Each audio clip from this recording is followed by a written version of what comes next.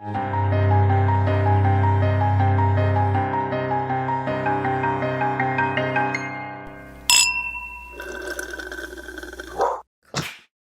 was wondering how you're going to do that with the microphone. Well, I also can't see you because I opened my window by accident. You know, the new, we already bitched about this to one another, but how the new Apple, it like expands the windows. So all of a sudden my sad true crime story just eclipsed you and I couldn't figure out how to find you again. It often does. That's okay.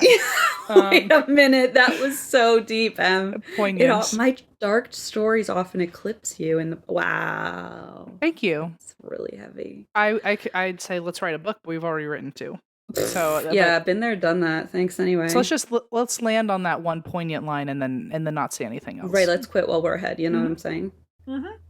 So I just want to quickly say I'm sorry that I'm in my bed again. I feel like this is very inappropriate, like not inappropriate, but I feel like it's very unprofessional. And I've realized why I keep doing this. Like at first, the first couple of times it was because I wasn't feeling great, but now it's because upstairs in my office. I mean, I love my sister so much. Oh my!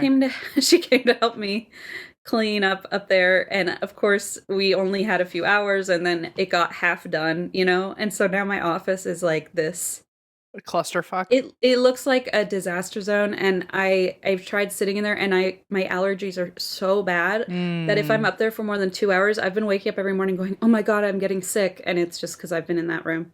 Really? Yeah, because it's just so cluttered that there's no chance to like, and it's the only like place in the house that has carpeting, so like you really have to vacuum it. Anyway, you have to commit.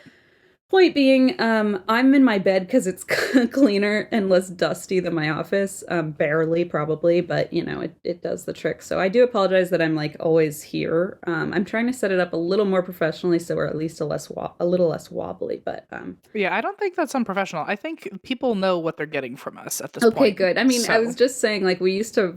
Well, I was actually looking for a loaf of bread to balance my microphone because we used to do that for for our live streams. We'd find like cookbooks and loaves of bread and a box of wine and stack all the laptop on it. So, well, if I could just lie on my tummy and kick my feet in the air like we're just gabbing, that would be how I record. Vibes. Yeah.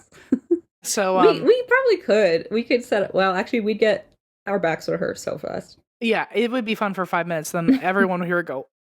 We'd have to roll over, and it would just be a lot of grunting. And only on my left side because of my heartburn. Yeah, so all of a sudden it's not so cute and youthful. But see, it has to be my left side too because of my so we can spoon. Okay. But so the problem would be we'd probably run into one another, and then it would become a whole Abbott and Costello bit, and it would be like it'd be beautiful, an Emmett and Christina bit, and it would just be like this is not what we're supposed to be doing here. We're supposed to be serious journalists. I don't know.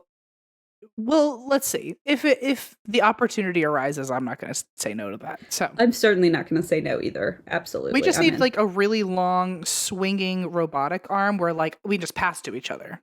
Oh, perfect. Pass what? Pass the microphone. Oh. Like it's just swinging over us like it's like a piece of medical equipment and we're on the table, you know? Like if we're lying in bed, I'm so glad you're not a doctor. I'm just going to say that real quick. But I'm also glad you know how like when you like at the dentist, like the thing moves around on a whole arm. Yeah, but nobody's like borrowing it from each other. I don't know. Also, remember we've tried recording with one microphone and we talk over each other so much that it's just not possible.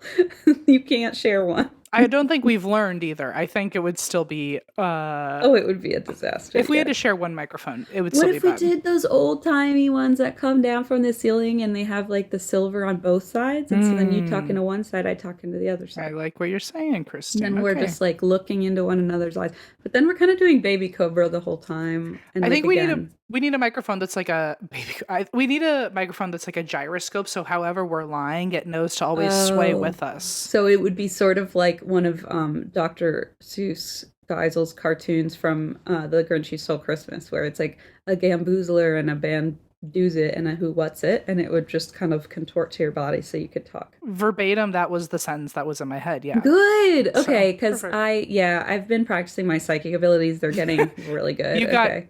kombucha, or whatever you said, really fast. So I feel like the Lorax, going back to Thomas Geisel, I feel like the Lorax does have one of those like tube microphones. You know how he talks through it? yeah. That maybe is what that is. You're maybe onto something. I didn't know here. he was a podcaster, but that was just a secret he was never willing to tell. Should be. Are we okay? I do what. Hey, don't ask me that in public. Sometimes I feel like I feel like you and I are saying something that makes full sense, and then I remember other people are listening.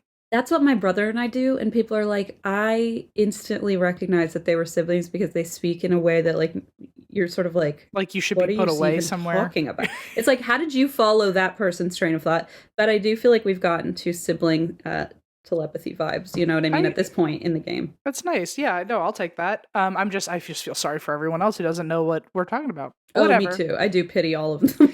Just fast forward. Well, eventually we'll start making sense. Christine, what do you drink and why do you drink? Well, I actually, of course, let me pick from one of my 4 beverages.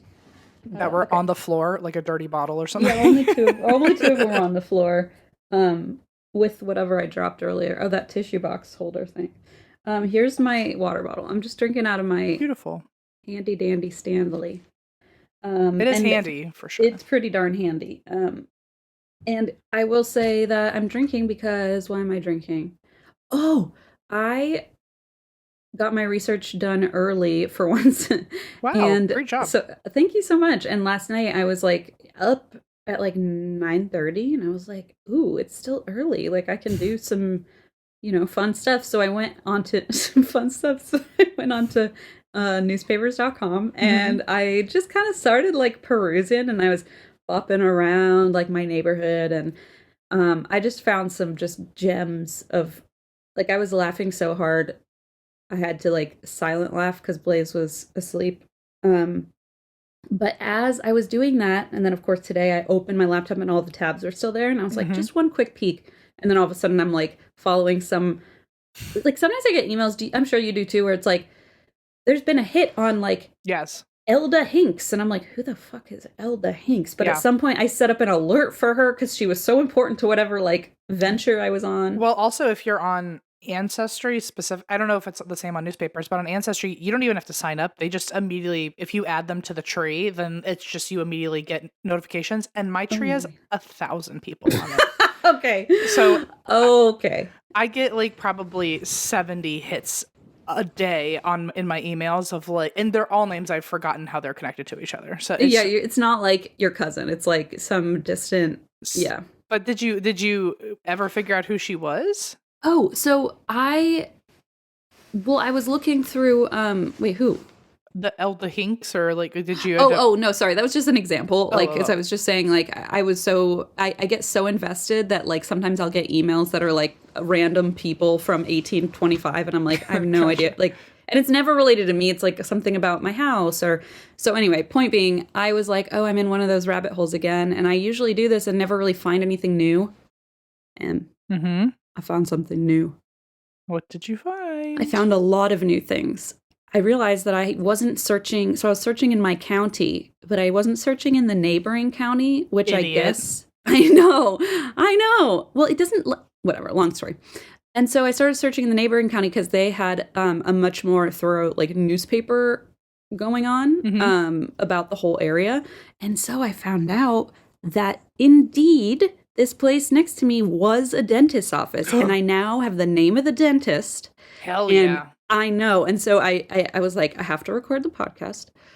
So I stopped that for a while. I hate that feeling. I know. But like, it was at least something else enjoy. It wasn't like, okay, I have to go to bed because I just never would have gone to bed. At least this was like, okay, I'll pause to tell Em all about it. And then afterward, I'll go back to it. But yeah, maybe on the Yappy Hour or something. Oh, no, I know what else. On the Yappy Hour, I found this and I forgot. I think this is what we were talking about that one time that I wanted to show. And this is full of daguerreotypes, really, really old pictures. It's a creepy briefcase that looks like it's from like Severance or something. It looks like it's like some shady uncle's doctor's briefcase or something. Right, exactly. It looks like I found it in the dentist's office. What did you call that? A daguerreotype? It's like those, well, I'll give you one little hint. because I want to save the rest for Patreon. Oh, okay. I'll give them a little spoiler. Okay, just a teensy peek. Just a little tease. It's a pretty good tease. Okay. Oh my god. Oh, sorry. My god. Wow. Yeah, there she is. Oh, there she is. In all her glory. I gotta tell you, when we were when I was in, must have been Cincinnati or somewhere. It was on our last leg. I found a oddity shop. So maybe it was Cleveland, but I found an oddity shop full of pictures like that, and I thought that you would really like them. Let me know if you remember the name. I think they're what gave me pink eye. I think because I didn't touch my eye. What they gave you pink eye? I feel it. I can't think of a dirtier thing I touched that day, and then I rubbed my eye. So I feel so you basically put like cholera or like consumption in your own eye. Yeah. Well, it's called conjunctivitis. It's pretty close to consumption, I would say. It certainly felt bad. But no, I just wanted to say, I found out someone died of consumption in the dentist's office when it was after it was converted to a house. I found out somebody did die in that building. Shut up. Of consumption, it said. A woman. And it was named a Lily. House? And it was a house? Yeah, so it was a dentist's office originally, and then people lived in it for a while, for like a few decades, and then it was just like became dilapidated. Did you find any pictures of the front of the dentist's office? Like, could you recreate like the sign or something and like have like a little homage? You know what? That's exactly what I was thinking, because also I found out that one guy who lived here had a grocery store up on the main street, and so I was gonna go look for like advertisements, like from old newspapers, and like maybe frame them in the house, like because the guy lived here and ran the grocery store down the street. That's so smart. Or no, sorry, he had a cafe. That's what it was. He had a cafe, and so I was like, oh, I want to find like an old menu or like a I have, and so I feel like I was meant to say. I meant to say when you asked why I drank, I meant to say, I've. That's not what I meant to say. You what? I actually said I've cacked. That's not what I meant to say. What I've meant to say is I've cracked the case wide open. Of course. Because now I know so much more. I figured out like new ways to search and stuff, and I found out like that the guy who lived here had that cafe, and I found out where the cafe is, and now it's a dog grooming shop. Oh, cool. So I was like, maybe I go in there and say like, hey, yeah, just look in the walls for a minute. I always hate when I get into a spiral and research a place I have no fucking attachment to, and then I like have no good reason to go approach it. Then you're like, okay, I did it. Other than I think I was manic for a second. Exactly. It's like I got the dopamine, but there's not really a reward at the end. Like I already used it up.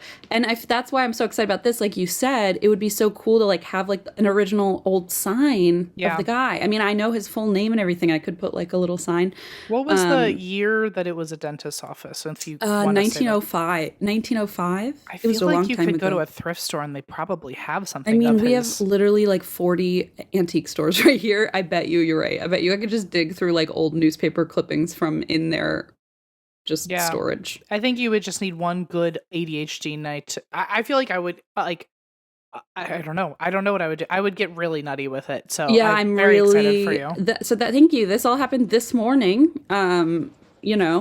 I didn't shower, but I did do that. So, I would have asked to cancel recording. I would have been like, I know. In a well, fix. The only reason I didn't, I think, is because I did so much last night that I was like, all right, I really gotta like chill for a sec. And so I did. But thank you for asking. That is why I drink. And on Yappy Hour, we can either talk about that if you want, or we can talk about the daguerreotypes. I have a few more. Or whatever you want. I would like to see those. Cool. Why do you drink, my friend? I drink a London Fog per usual. And I drink. Oh, if you all went to our Yappy Hour last week, you know that we read tarot cards. If you all went there when we did our big. When you hopped on over. You know that we did tarot cards. Oh, yes. And remember I mixed up sort of, what is it? 8 of Swords with 8 of Cups or something. I don't remember. I was reading the wrong section. I picked one, yes, but I got, yes. And I one remember. of them, it said friendship and reunion, and I was like, oh, that's kind of weird. I don't know what that's about, and it didn't make sense either because I was reading the wrong fucking card. But it occurred to me later that this whole weekend, my friend from college came into town and we hung out. And See? on top of that, this is the extra weird part, is that she said that she was pulling tarot cards. She fucking pulled the 8 of Cups. And she did not know about our conversation either. No. See, that's the cool part. I love when that happens. So I accidentally read a different prediction, which worked out very well. Yeah, I love when that happens and you're like, I don't even know what this means. Oh, well. And then the next day you're like, duh, or something. Well, also, it wasn't even my card. I was just reading the wrong part of the booklet. But I see. Okay, yeah. But it's just like, what are the odds that the part that I accidentally read was it was like thing? You read the card that your friend pulled too. Almost, so it's like, yeah. Are you like, yeah, that's cute. And then while she was here, we were talking about like people we don't talk to from college anymore. Which friend anymore. was it again? I'm sorry. Twin. That's what I thought. Okay. And we were talking about people that we haven't talked to from college anymore or in a while. And we decided in the middle of the night to just like randomly text all of them and say hi. And so I ended up literally having a lot of reunions with friends. It became a whole... Isn't that weird? That's a real thing. Wow. Yeah. So I had multiple reunions with friends. Love that. Yeah. Anyway, I thought that was really neat. So that's so cool. See, I love tarot. It feels like it's kind of just random, but then it actually does really weave into your life. It's pretty cool. It felt like I maybe picked the wrong card, but I flipped to the right page of the book. It's like your soul reverse is like tarot. Your hands are all fumbly around. We don't trust them. Just give me the booklet. Anyway, so yeah, I had a weekend with her and it was very nice. Was it good? It was. I thought we were gonna do more, but I always feel bad when people come to town and I don't like give them like a time. But people in Hollywood, also love to just like.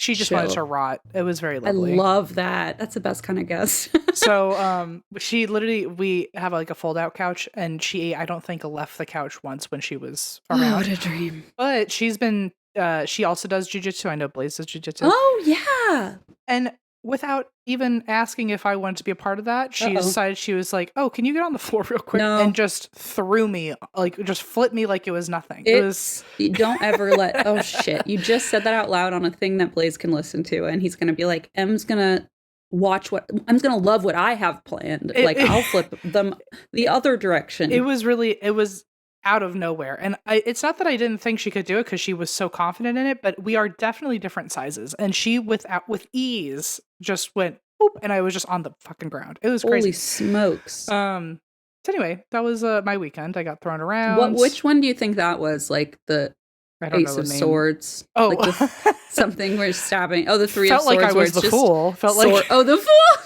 Actually, spot on. Yeah. Anyway, so she hung out. We didn't really do too much. It was just like a relaxing weekend. I felt bad that she flew across the country for a weekend and like didn't. But sometimes we didn't do much. You need that, you just need some time to. I guess that's how it goes when I fly across the country to see you. It's like just kind of a Ghost Avengers marathon. I just like never make plans because I'm like, I don't know, if you want to see the museum, we can do that, or the aquarium. But most people don't really care unless they have kids. So I'm like, let's just eat my favorite foods, and that'll be my introduction to the town. Perfect. Anyway, so that was very lovely. I ended up being affirmed in a weird way with the tarot from last week. So, okay. I started writing a little grid for you, by the way, because the one for myself too, but like a grid of like the tarot. Thank you. Numbers, and because I was looking for mine to send you that I had downloaded, and I realized it wasn't quite as like succinct as I had remembered it being. So I'm trying to kind of make it more, hopefully, because our brains work in this sick way we just discussed. Hopefully the way I do it to make sense to me will hopefully make sense to you. If not, we can tweak it. I only want a version of it that you created 3 a.m. though, otherwise I won't understand. Oh, well, I barely recall what it is that I was typing or writing, and what location, a physical notebook, a computer, nobody knows. I'll find it eventually. It sounds deranged, which means it will work perfectly. Thank you. You get it. I just really have never understood the concept of doing something on time and well, because then somehow it doesn't turn out the same. It doesn't. No. It doesn't have the X factor. Like, you don't need that methodical approach necessarily. You can be methodical, but like fucking swift about it. You know what I mean? It was so. It definitely turned me the wrong way. But in college, anytime I wrote a paper, if I did it early, I always got a worse grade than if I just procrastinated and like got real creative with it. It's a curse because it's like more miserable. Yeah, it taught me to be worse. So Right. Absolutely. Anyway, speaking of things I do in the middle of the night, here's a story for you, Christine. This new year, why not let Audible expand your life by listening? Explore over 1 million audiobooks, podcasts, and exclusive Audible originals that'll inspire and motivate you. Just open the app and tap into your well-being with advice and insight from leading influencers, experts, and professionals. Whatever your focus or interest, there's a listen for it on Audible. You'll find titles on better health, including personal fitness, nutrition, and relaxation. Hear ways to improve your relationships, both in your work and personal life, or how to embark on a new career strategy. If you want to overhaul your financial life or hear smart talk about investing for your future, you can find that too. Ultimately, it's all about starting good habits. Making a positive change is the best resolution you can make for yourself, and Audible can help. There's so much opportunity and more to imagine when you listen. Let Audible help you reach the goals you set for yourself. Start listening today when you sign up for a free 30-day trial at audible.com/drink. So, Christine, Allison and I, we were up really late last night. Our timelines are completely off when it comes to a normal sleep schedule, and we could not figure out what we were going to do for food. It was too late to order anything. We didn't want to make anything that was going to take forever, and we landed, thankfully, on Goodles. I know. I feel like mac and cheese used to have a bad rap of like being, something that you just do last minute. But with Goodles, seriously, Leona will like plan out which ones she wants to try throughout the week, and we have like a routine, and it's like a real meal. I mean, it doesn't feel like kind of that last ditch effort. That's because Goodles' line of mac and cheese has so many great flavors. They have vegan and gluten-free options, and don't tell Leona, but each serving has 14 grams of protein. Don't tell Em either. No. 7 grams of fiber with prebiotics, and 21 vitamins and minerals from real plant sources. It's low glycemic index food for steady energy instead of a carb crash, which that's like the best and worst thing that ever happens to me. Correct. The second I eat a carb, I'm out cold.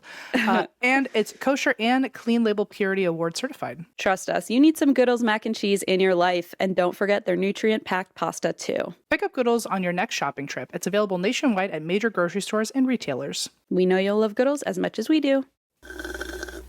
This one, I'm going to tell you now, is not a one-parter. What could that mean? A one-parter. What could that mean? Isn't that fun, those double negatives? No. It makes my brain hurt.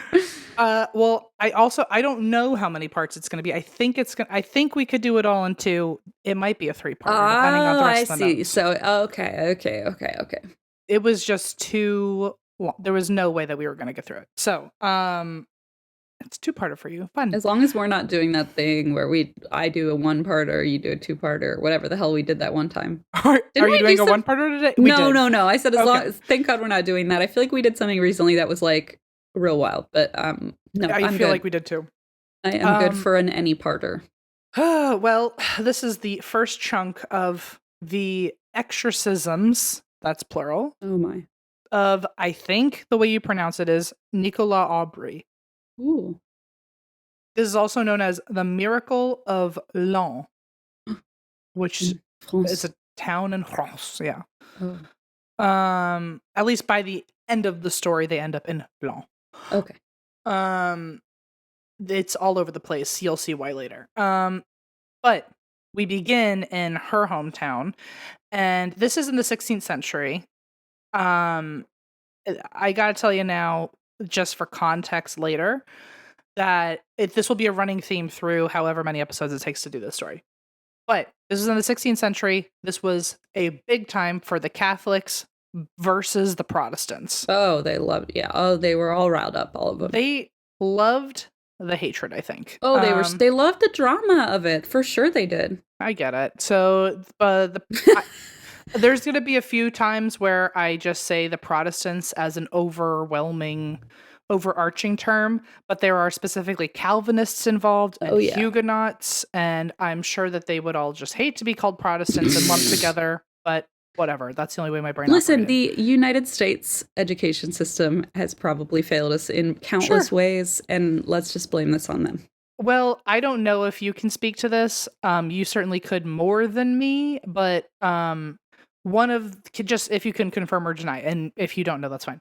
But at least as far as this story goes, the main difference we care about between the Catholics and the Protestants is that they had a huge belief difference in just say it. Transubstantiation. Okay. Would you like to explain to the class what it is, or should I give it a whirl? It's literally my favorite thing to talk about. Perfect. Transubstantiation is and I've honestly probably somebody could clip, speaking of Jack cutting bloopers, like somebody could probably clip 16 instances of me across podcasts talking about this. I do remember you saying it before, so you I know, knew I on could rely on you rituals, that's first. where we talked about it. I was like, I've extensively discussed this on rituals. No, so basically the idea of transubstantiation is the Catholic belief that when you are providing the Eucharist to the congregation, and the Eucharist is the little wafers, right? So the Eucharist is just the actual okay. It's okay. I'm sorry, I didn't mean to put you on the spot. It can reference the wafer, but the Eucharist is like the actual whole ritual of it. I was trying to think of the word. Yeah. Okay. So it's the ritual, is the Eucharist. So when you offer the Eucharist, which is like the gift of the body and the blood, you are giving, the priest blesses the bread and blood of Jesus, the bread and wine, which becomes the body and blood of Jesus. And transubstantiation argues that it's literally Jesus's body and literally his blood. And so when you're drinking the wine or eating that little wafer, you're physically imbibing Jesus's body, physically, literally, not metaphorically. So that is my understanding of transubstantiation. That's about exactly what I was going to say, except you said it better. But I just think it's fantastically wild that they literally are like, yep, we still stand by that. Well, I know we definitely talked about that on rituals, because we would say, like, how on earth can the Catholics think that, like, that's really not a ritual? Like, it's really right, exactly. It's like the ultimate ritual. You're literally saying you're cannibalizing somebody. Yeah. Yeah, exactly. Also, if I were worshiping someone, I don't know if I'd want to eat them. I know. But, okay, trust me. Trust me. You sound like a Huguenot right now. You know what I'm saying? I'm a dirty Protestant, I guess. Dirty Calvinist. Just whatever. We probably just like actually offended a bunch of people. I have no idea what that means. Please don't yell at me. You can be offended by me. That's okay. I yell gotta be honest. If you think it's weird that I think it's weird that you're cool with eating skin and blood. Well, that's Catholics. Whoops. I think the Protestants were a little like... So far, I'm Team Protestant. Yeah, I think they're a little less like intense about the ritual stuff, maybe. That's my vibe, but I don't know. So my understanding is during this time, I think they, I'm sure, had multiple arguments in terms of like doctrine and beliefs. But the one that matters for this, at least, is that specific thing, that like it becomes the body and blood of Christ. Or is it just like... Well, I'd be remiss if... Right, is it like metaphorical? And I'd be remiss not to mention Martin Luther. Not to be confused with Martin Luther King, who nailed his theses on the church. Okay. Some back? You know? No, you sound so smart to me right now. Okay. He pinned his 95 theses to the church door, and he's a real lumpy looking fella, but basically he had a lot of thoughts about, and he's the one who like split from he's the Martin Luther. Lutheranism is he's the base of Lutheranism, which is a branch of Protestantism. Anyway, he had all these theses. He had 95 of them. I'm sure one of them was about fucking eating the blood and body and whatever. But gotta have a big stapler to put that on the wall. But whatever. Well, so anyway, that's the big thing this time around. And not only did the Protestants, or I don't know which version, Calvinists, Huguenots, I don't know, fucking the Protestants.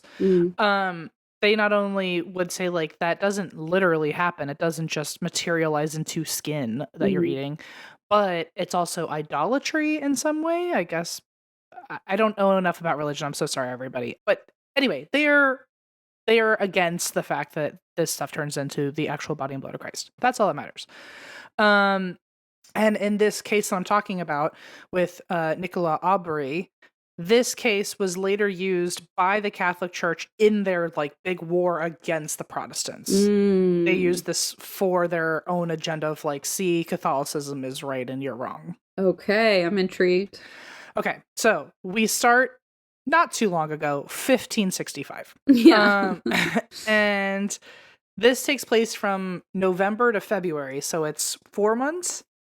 And the main character is a 15-year-old named Nicola Aubry.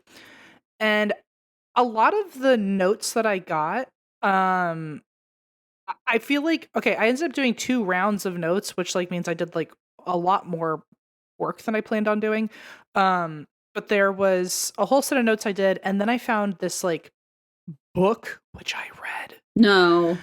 And it was like a 60-page book, so everyone relax. But it was still like, to me, a novel. That's a lot of pages to read just on the fly, you know?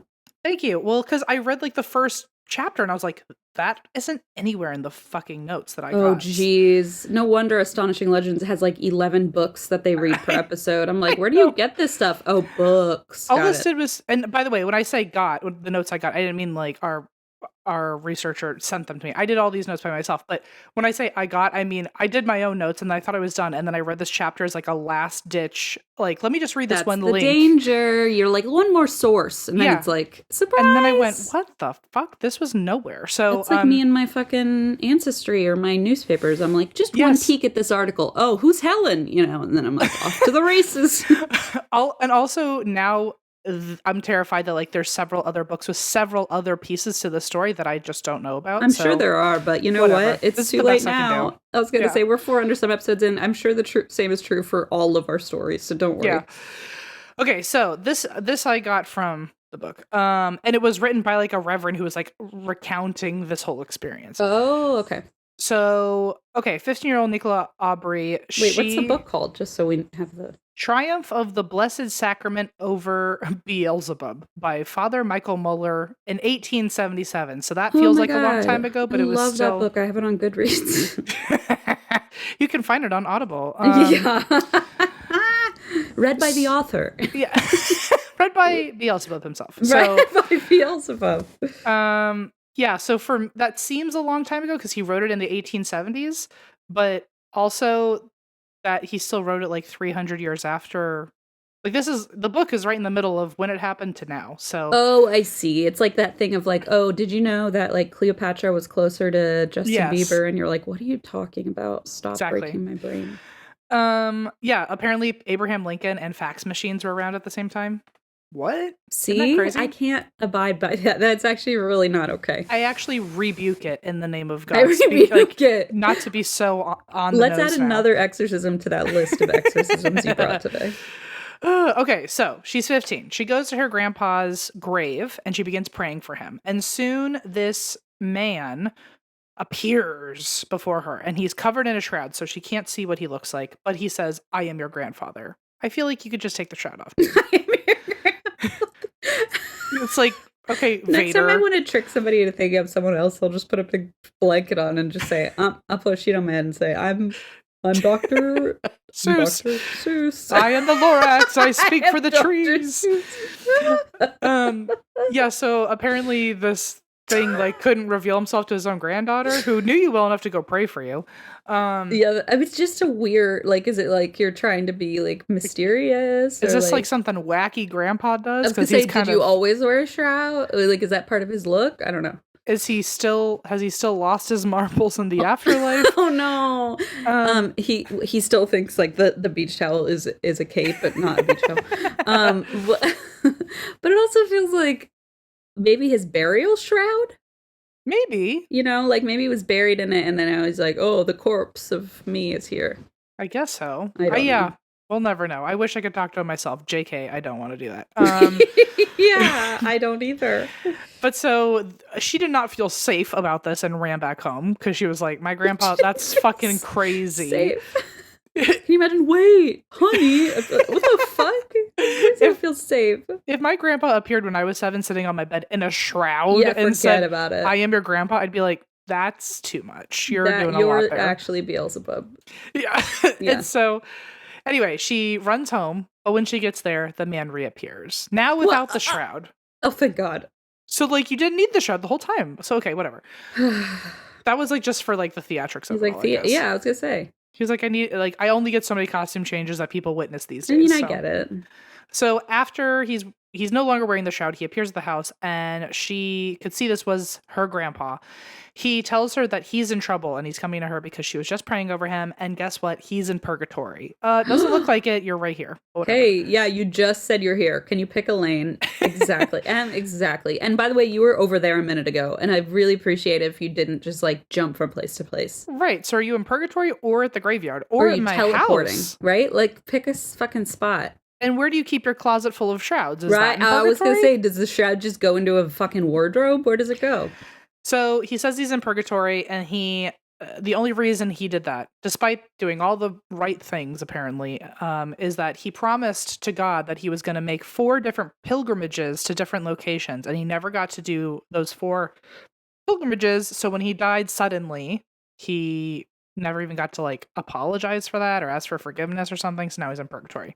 So he wants to travel more.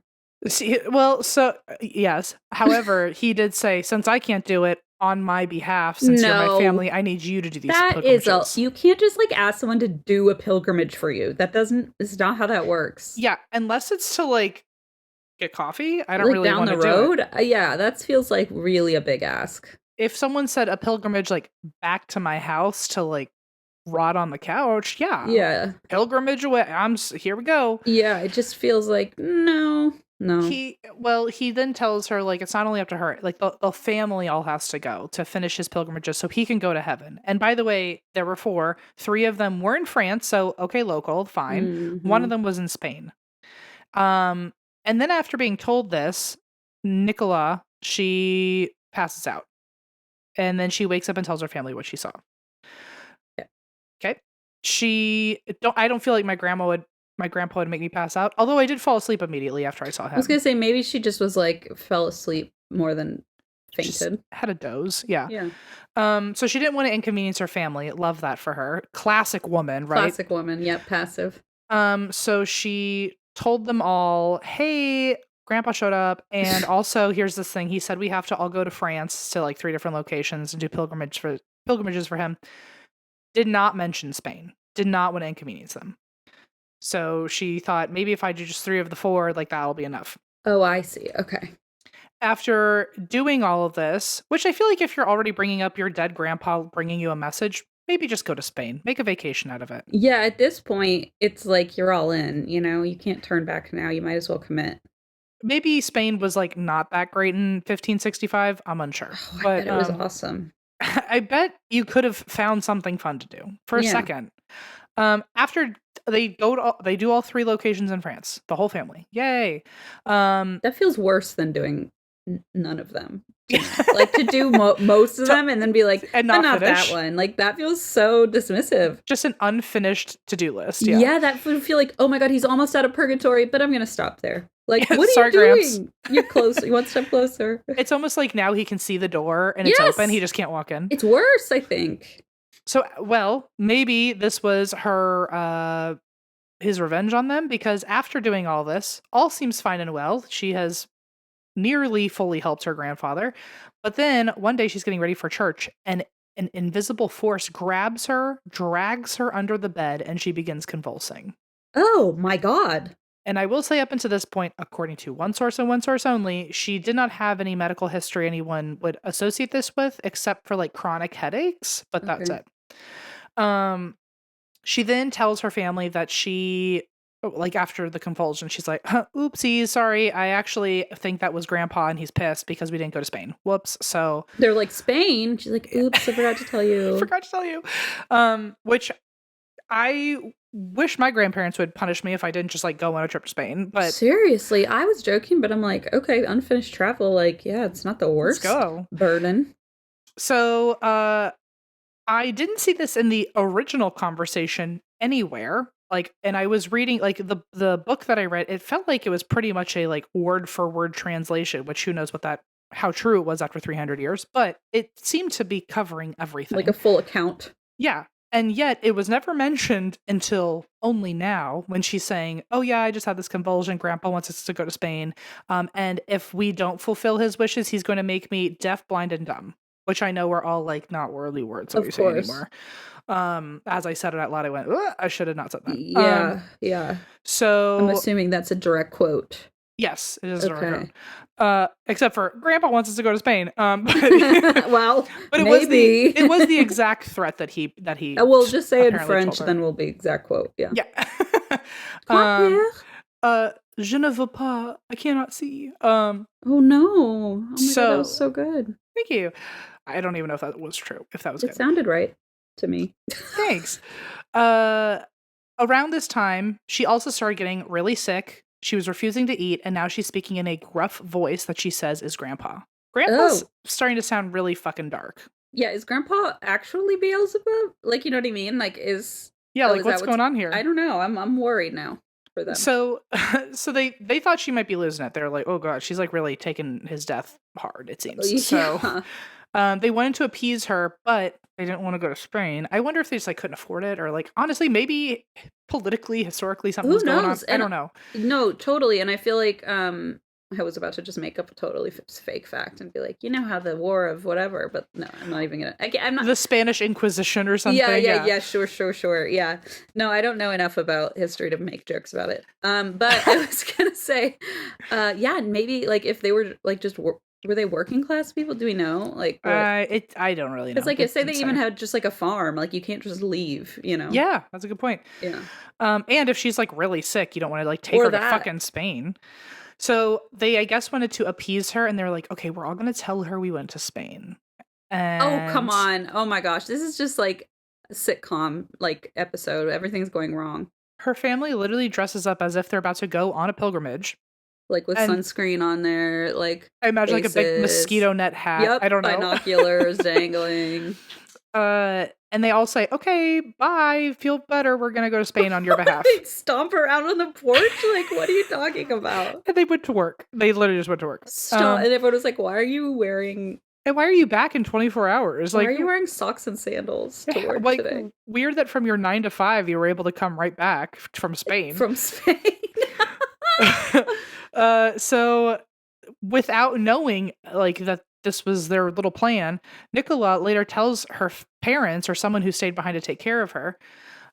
She says, this is a quote, "Have you no pity on me? My grandfather says he will torture me and wrench all my limbs because the pilgrimage is not made. They have not left the city. Louis is in his father's house sitting near the fire, and my uncles are at work." So she clocked them real quick. Oh boy. This is what officially freaked them out. They're like, oh, you're not losing it. This might be spiritual. Right. So convinced that something has got a hold of her, her parents call a priest, ring him up, and say, do your little exorcism thing, because I think something evil's going on here. Mm-hmm. And as she's hearing we're this, certainly not going to Spain.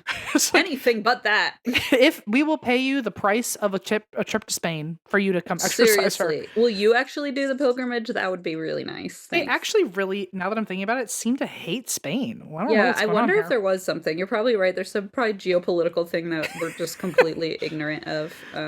Maybe, yeah, I don't know. Okay, so they bring in a priest. I almost don't even want to bother you with the names of the priests because so many priests are going to get shown up in this story. And by the time I tell you next week's half, you're not going to remember these names. So I'm going to say priests. We'll just lump them together, you know? I'm going to say the names, but you do not have to remember them. Okay, great. Okay. Just know that they're like, okay, you're fine. You'll figure it out. What if you said, I'm going to say a bunch of names of priests. You have to remember them. That feels like I'm back in school, Catholic school. Get your gargoyles out now. Literally back in school. So she hears her parents saying, like, we need an exorcist or a priest to come through. Nicola starts fainting again, because now this is just like a common thing with her. Now that she's been taken by this thing. She's fainting again, and on her way out of consciousness, she says, Grandpa requests this particular priest to do the exorcism. Okay. This thumbs up. This guy's name is Father Lautrechette. It does not matter. But he's just the first of many. So he comes over, and Nicola is fully possessed now by a spirit, just so you know. Like now this thing is speaking within her. It's like ready to party now because the priest is coming. Yeah. I also would like to note that it's interesting. She was seeing Grandpa and then relaying what he said during their conversations, but now something's speaking through her. Yeah. Yeah. It feels like now that the priest is coming, the thing took over. We're switching it up. Yeah. Okay, so without moving her mouth, out of her mouth comes, I am the soul of insert Grandpa's name. I can't pronounce it, so I'm not going to try. But I am the soul of this person's grandfather. And while the priest asks more about Grandpa and what's going on and why he's in purgatory, something feels off. And so the father says, hey, are you are you not the grandpa? Are you just an angel that's trying to make contact with Hey, us? quick cue for you. Yeah. And then the spirit goes, yes, I'm not the grandpa. I'm actually an angel. I'm a good angel. Like, and also, Oh no, that's such a red flag, right? if you have to say I'm a good angel, no one was wondering until you said that. Can I give you like an example that I feel like somebody knocks on the door and you're like, hello, and they're like, hi, I'm here from Cincinnati Bell. I want to work. I need to fix your thing. And then you're like, oh, you mean like the Duke Energy? And then they're like, yeah, I'm in Duke Energy. Then it's like, wait, you know what I'm saying? Like, it feels like, wait. Either you're one or the other. You can't just jump onto my idea and pretend like it's yours. Yeah. It's like hearing a kid in the other room go, everything's fine. It's like, I know. Exactly. It's like hearing Leona go, this is not blue. This is not Blippy. And I'm like, fucking no, it's Blippy again. Well, exactly like that, except it's a devil. Same difference. So this thing says, I'm not the grandpa. You caught me. I'm a spirit. I'm a good angel. Oops, but I love you. I lied, but it's actually even better than I was gonna saying. say, but you know, I'm not allowed to lie because I'm an angel, but I did it anyway. Bingo. What and the so fuck? The priest said, I call bullshit on that because the good angels, first of all, why would you call yourself a good angel? That's so weird. Also, well, because fallen angel, because like, isn't Lucifer an angel? I see now. See, this is someone without a religious background going, why? And there's apparently an answer for everything. Yeah, this is someone who deals with their crushing Catholic trauma by watching shows about Catholic exorcisms. Well, the priest says, also on top of all this, good angels can't possess somebody who didn't invite this in. So like, what is going on? Pretend to be someone else. Yeah, it's just no. And I think you're a demon. That's pretty much how it ends. And as soon as he says, I think you're a demon, Nicola faints. As in like this thing just floats away. Like, oops, I don't actually want to talk to you anymore. So the priest, he's out. He's like, okay, I clocked that as a demon. I don't want to do this anymore. So, and Grandpa specifically requested him. That's gross because that means it was like the demon. I wonder if he was like the weakest priest, and the demon was like, I can trick him, or like just sense that he would be the most scared or like something, the most vulnerable or something. Yeah. So anyway, he said, okay, I've done my part. I'm out. And like, you see, it worked. Yeah, truly. So then the city gets together, the city of priests, the council, if you will. They get together and they're like, okay, now we're going to bring in a new priest. This one's name is Father Damata. And I really hope he started his first exorcism with, what's Damata with you? What's Damata today? No, then he'd get punched in the face by everyone. Then I think the demon would just evacuate the body to never hear him talk again. It actually would probably work, yeah. So Damata shows up. And as soon as he comes in, Nicola's possession is back and for the worse. And she is flinging around. Several men can't hold her down. And he tells the demon, I think you're a demon, not a good spirit, just like the last one. You can't fool me. Nicola faints again. Very convenient. You'll notice quite a trend in these stories that as soon as someone calls him out on anything, he faints. She faints. Yeah, I'm sensing that pattern. Which, again, as someone who is neither Catholic nor Protestant, this just feels like a girl who was doing a silly little prank, and now she just keeps fainting because she just like doesn't know how to say anything. Like, completely unironically, side note that like at school, we used to try to faint in chapel to just get out of church. Beautiful. And you would like lock your knees. There's like a really specific way to do it, and hold your breath. And people would just like faint to get. There were a couple who were really good at it. I always chickened out. I was too scared to hit my head. I feel like that's the equivalent of like, or the religious equivalent of like spraining your ankle or trying to fake an injury so you don't have to play a sport. Yeah, so we did that after church. Like we would try that in church. Then afterward, it's like, oh, I twisted my ankle or from falling when I fainted. You remember how many times church just injured me? So yeah. When I was rushing one of my Greek lives, there was someone in the middle of us like having like the big like initiation ceremony. Someone passed out, and because she was locking her knees. That was the day I learned that locking your knees can like could lead you to fainting. I had no idea. The day I learned. I remember it well under the stained glass windows of the crucifixion. I was like, why the hell? I was like, how did she faint? And everyone knew, apparently. They must have all also gone to Catholic school because they were like, oh, she probably locked her knees. And I'm like, you can do that and faint? That's crazy. Yeah, maybe people just did it to get out of other things too. I imagine assemblies. Like initiation. Wait, so do they think she did it on purpose? No, just like out of excitement, she like had locked her knees or something. I think maybe she was just like the way she was standing, had nerves or something. I don't know. It was like one of those like ceremonies that's supposed to feel like are like a really big deal. So maybe she was like tensed up or something. Yeah. And I just remember going, oh, there she goes. She's out. See ya. You didn't pass the test. Didn't pass. Yeah. So, okay. So now Father D'Amata is involved with this, calls her a demon, and then she passes out conveniently. A few days later, she wakes up to what she says is holy water sprinkled all over her bed. How do you know? Why? Because you're just infested by a demon? I don't know. Oh, maybe. Oh, well, holy water has like oil in it too. I literally wake up in oily sweat all the time. Well, good point, Em. Touche. You know what I mean? I cannot argue with that. Should I be like, I think there's a demon and this is all holy water? You should be like, this is just holy water. Don't worry about it. Well, it freaked her out enough. She signed herself with the cross a bunch of times, and then she took out a rosary and put it in the shape of a cross on her bed because she was so freaked out. Okay. And the cross lifted itself off the bed. Whoopsies. One source, the book, this part of the story, it makes me almost not believe the whole book because I'm like, how did no other source talk about this? This is a fucking weird part. You know what I mean? Yes, I do. To take this with a grain of salt, but it was discussed, so I'm just going to share it. And if anyone has any information on this, let me know if like it's accurate or not. I got a feeling it's not. But it was too interesting to not share, so we can at least banter on this. And if it's in a book, that feels pretty official. Like a 300-year-old book. Yeah. Okay, so anyway, after this whole rosary lifts itself and she's covered in holy water / sweat, she's out walking in the garden and she sees a goblin. No other source anywhere. I'm so sorry. I looked up, there was like at least 20, 25 sources I used. I just was like shell-shocked for a moment there. A goblin. And then the goblin looks at her, evil, smiles, and says, "Look at me. Am I not a nice grandfather?" Hello? Excusez-moi. We're French, so have mercy. Pardonnez-moi. Pardonnez-moi. Pardonnez-moi. Excusez-moi. Zut alors. Yeah.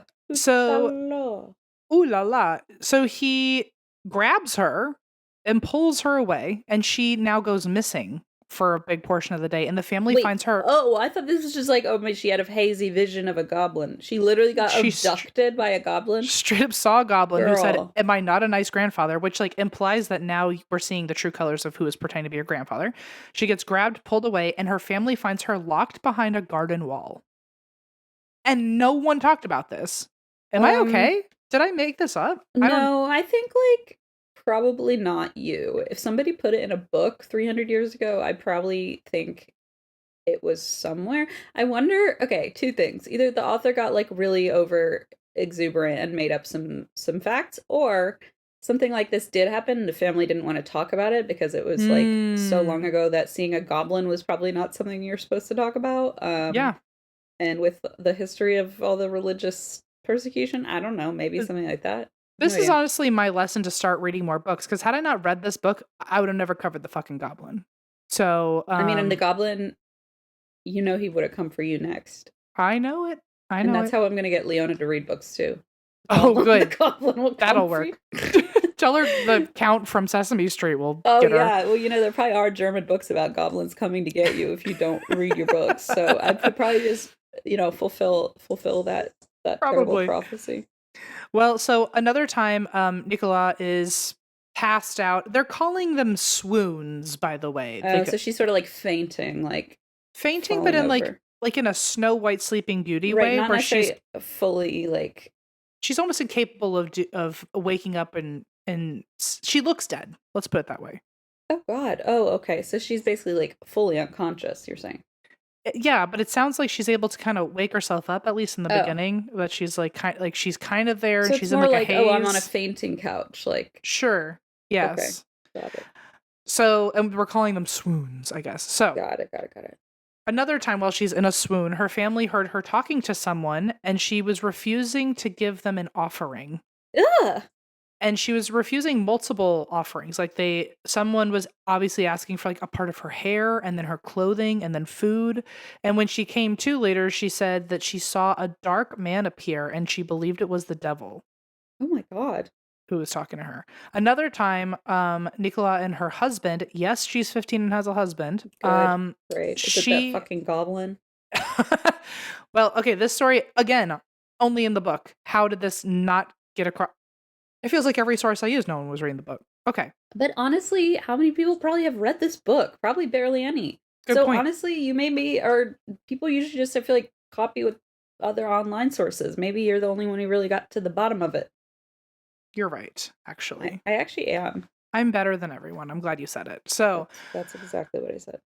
Her and her husband are walking down the hall, and all of a sudden they hear her little brother crying, and I guess her little brother's a baby. So she asks her husband to go check on her brother, but the husband, who has seen quite a creepy thing every now and then in the last few weeks, everything seems to just be weird in this house. He was like, I'm gonna go check on the brother, but as I walk down this hallway, I'm not taking my eyes off you because I feel like something weird's gonna happen. Yeah, this feels off. Yeah. So he thought it could be a trick. He walks down the hall without taking his eyes off her, and then when he glances just to look at the baby to make sure that he's still in the cradle, he looks back at her and she's gone. What? Just completely disappeared. And friends and family, neighbors are all looking for her, and they find her behind another locked door, and she claims that a demon carried her through the chimney to get into this locked room. Okay, this is starting to feel like she's making this up.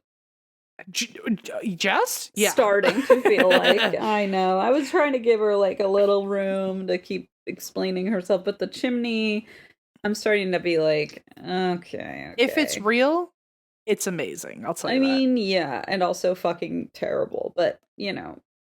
Another time when she was thirsty, her husband gave her some wine, and I think just given everything going on, slipped I'm thirsty. Give me some wine. Sounds familiar. Yeah, Blaze I is bet probably, she like, said shuddering please. somewhere. Please. Her husband gave her some wine. He was freaked out about all this. Imagine having to sleep next to this person who's like haunted by a fucking demon. Yeah, who keeps vanishing and like speaking in like a goblin voice. Yeah. He slipped holy water into her wine just to, I think, try to cleanse her from the inside. Hey, I don't know. Guys, let's not slip anything into anyone's wine ever. It's already shady. Whether it's for their good or not, you know, without their consent, let's just not. Well, if the demons are true, when she drank the holy water, the demons freaked the fuck out because she started having convulsions, and then her face warped into a face that was no longer hers.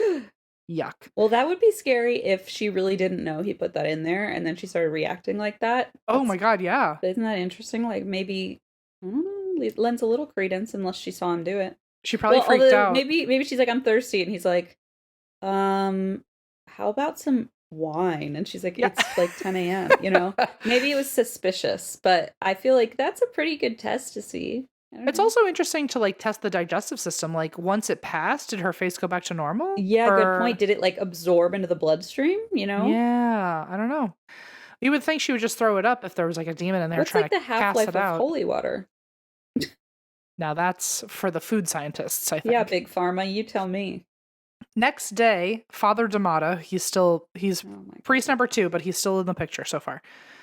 He's been doing these exorcisms and these rituals with her. This is the first time, though, that he now takes her to do a public exorcism. What? And all of them after this are public. Stop. I think the reason was so that people could pray along, so that way there was more power, like the power of numbers. But I also think, given this story being used to like be between Catholics and Protestants, I think it was to prove the power of Catholicism. Okay, well now I'm seeing why this book could have finagled a few little details if it was trying to tell some history of Catholicism or something. Yes, I see.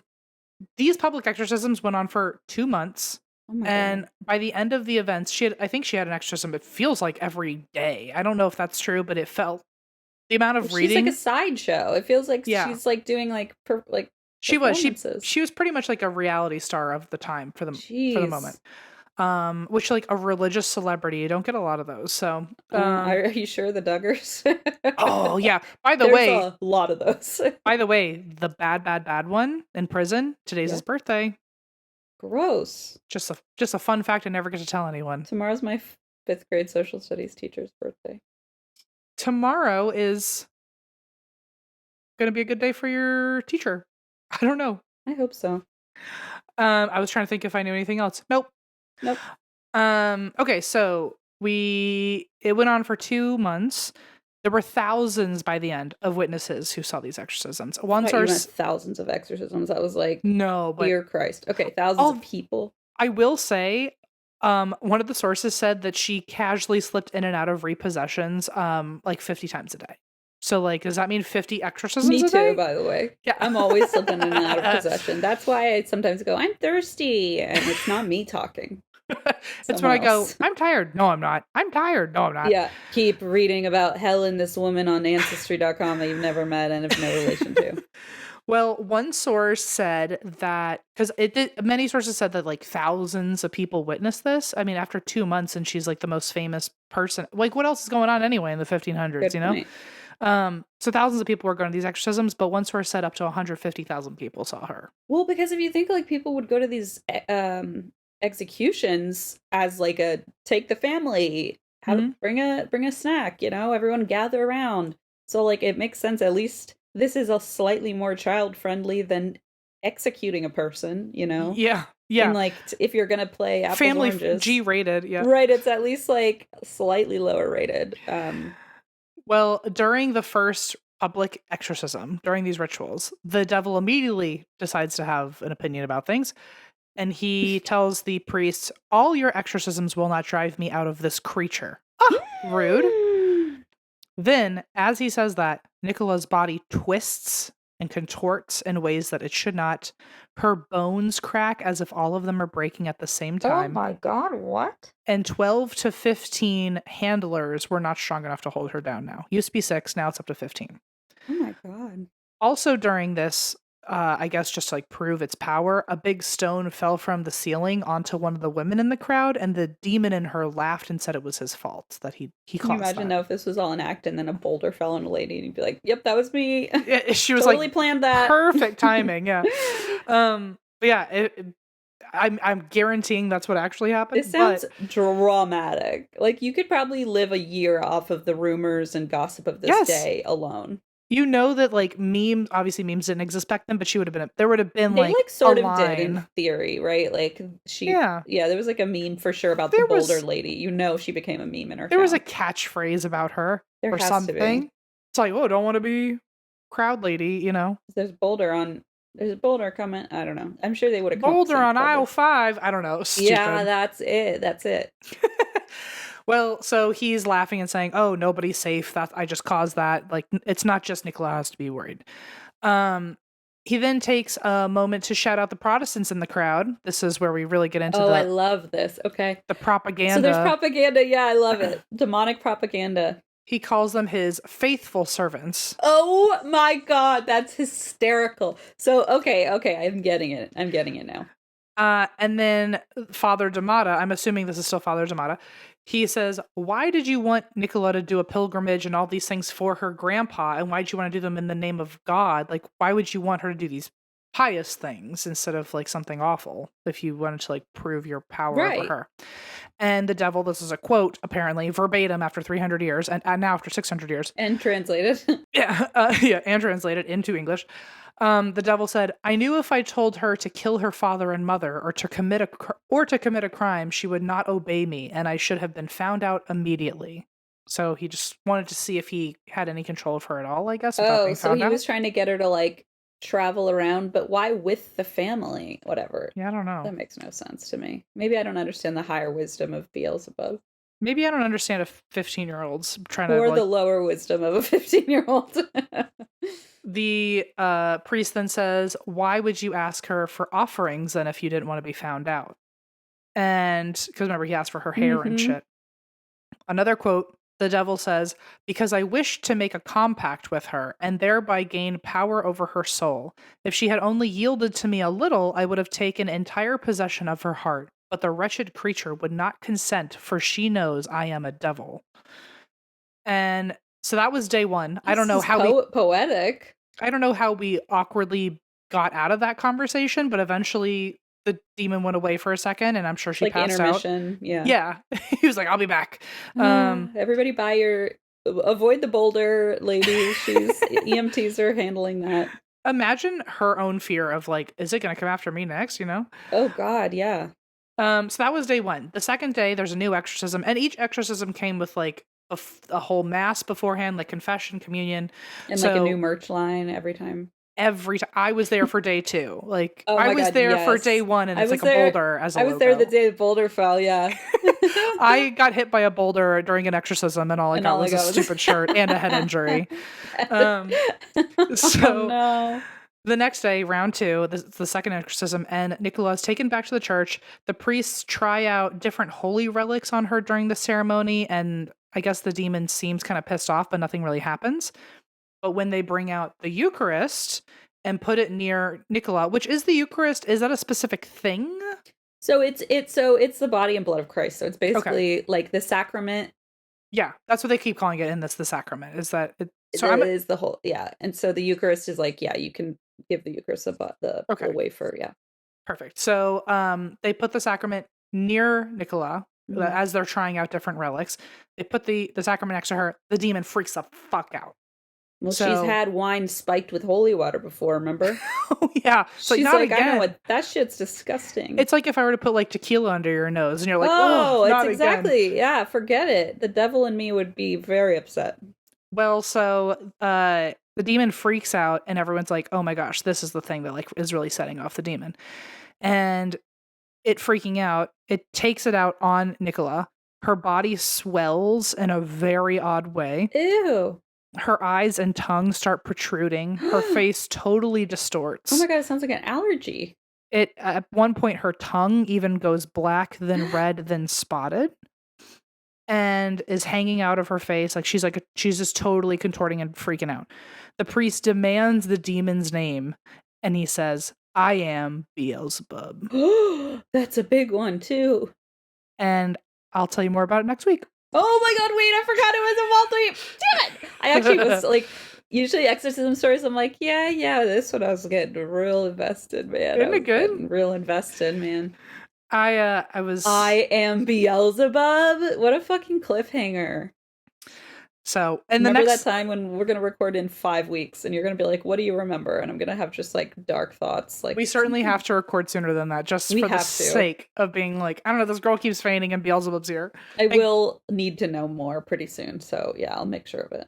Good job. Thank you. So I just got an email from Rocket Money telling me that they had halved, like in half, my security alarm bill for the year.